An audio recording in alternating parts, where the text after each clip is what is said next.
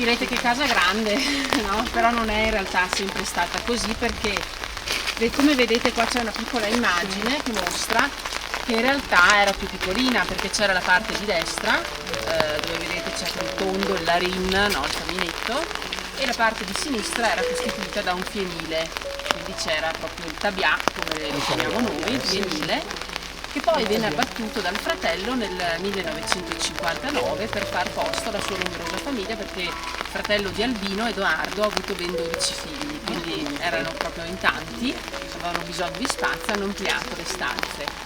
Attualmente la casa è una casa museo, è aperta al pubblico, visitabile, ma non è sempre stato così, perché non so se qualcuno è mai capitato a Canale in altre occasioni, però vedeva scritto non visitabile.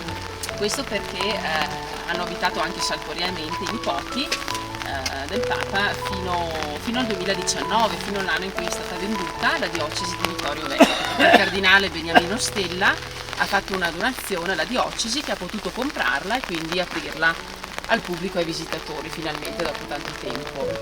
La casa è stata vissuta prevalentemente da Edoardo, dal maestro Berto, noi lo conoscevamo, lo chiamavamo tutti così perché era maestro.